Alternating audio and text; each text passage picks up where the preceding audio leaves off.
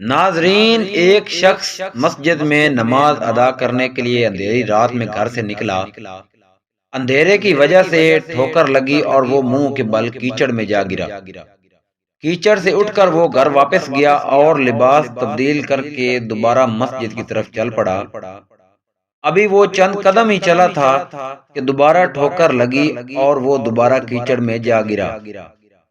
کیچڑ سے اٹھ کر وہ ایک بار پھر گھر واپس گیا اور لباس تبدیل کر کے مسجد جانے کے لیے دوبارہ گھر سے نکلا۔ اپنے گھر کے دروازے پر اسے ایک شخص ملا جو اپنے ہاتھ میں ایک روشن چراغ تھامے ہوئے تھا۔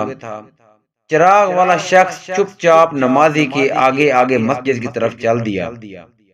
اس بار چراغ کی روشنی میں نمازی کو مسجد تک پہنچنے میں کسی دشواری کا سامنا نہ کرنا پڑا اور وہ بخیریت مسجد تک پہنچ گیا۔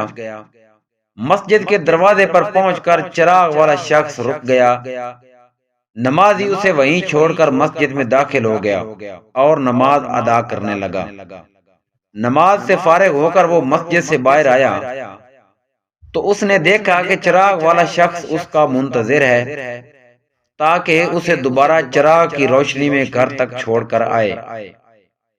جب نمازی گھر پہنچ گیا تو نمازی نے اس اجنبی سے پوچھا، آپ کون ہیں؟ اجنبی بولا، سچ بتاؤں تو میں ابلیس ہوں۔ نمازی کی حیرت کی انتہا نہ رہی۔ اس نے پوچھا، تجھے تو میری نماز رہ جانے پر خوش ہونا چاہیے، پھر تو چراغ کی روشنی میں مجھے مسجد تک کیوں لایا؟ تو ابلیس نے جواب دیا کہ جب تجھے پہلی ٹھوکر لگی تو اللہ نے تیرے عمر بھر کے گناہ معاف فرما دیے، جب دوسری ٹھوکر لگی تو تیرے سارے خاندان کو بخش دیا۔ تو مجھے فکر ہوئی کہ اب اگر تو ٹھوکر کھا کر گرا تو کہیں اللہ تعالیٰ تیرے سارے گاؤں کی مغفرت نہ فرما دے، اس لیے میں چراغ لے کر آیا کہ تو بغیر گرے مسجد تک پہنچ جائے۔